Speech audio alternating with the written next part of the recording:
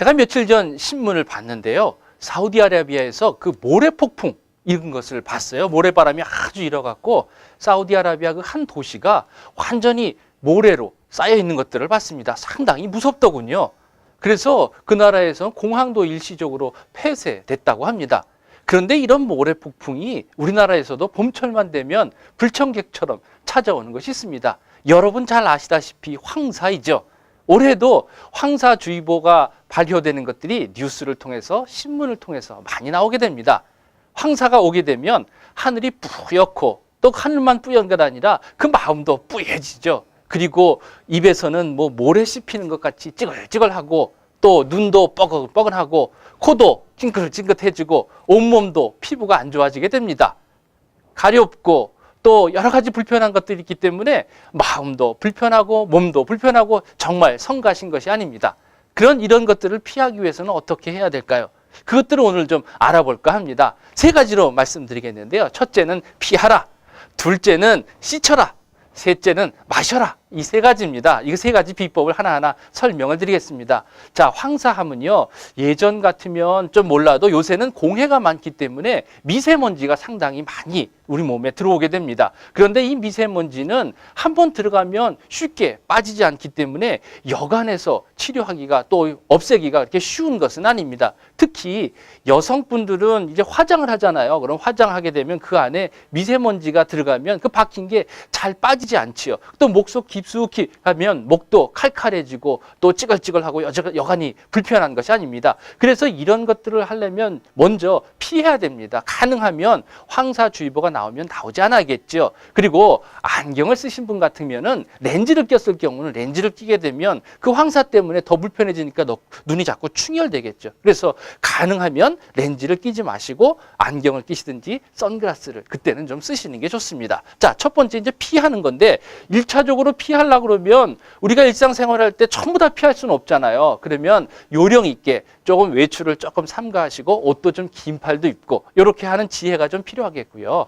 두 번째는 씻으랍니다. 자, 황사가 몸에 딱 들어오게 되면 이거를 깨끗이 씻어야 되겠죠. 그래서 몸에서 이런 것들이 계속 축적되지 않게 해줘야 됩니다. 특히 외출해서 집에 돌아오실 때는 손 깨끗이 씻으시고요. 얼굴 또 깨끗이 씻으셔야 됩니다. 그리고 구석구석에 코 밑이라든지요. 그다음에 눈가 이런 주름 있는 부분 구석구석까지 깨끗이 씻어줘야지만 우리 몸에서 이 황사가 피부에 반응을 일으키지 않습니다.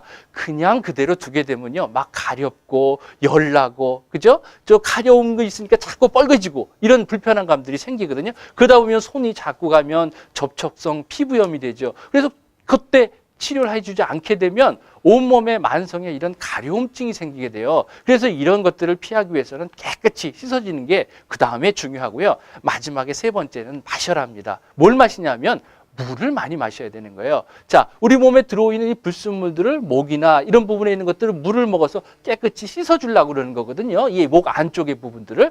그런데 물을 많이 먹게 되면 이런 것들이 많이 씻겨나가는 건 좋은데요. 속이 자꾸 차질 경우가 있어요. 속이 차지게 되면 우리 몸의 대사에도 좀 좋지 않은 영향을 미치기 때문에 물을 많이 먹는 것은 중요하지만 그것보다도 거기에다가 한방차를 섞어서 드시면 훨씬 더 도움이 됩니다. 그 세 가지 오늘 말씀드릴게요. 첫 번째는요, 도라지하고 감초를 섞여서 끓여 드시는 거예요.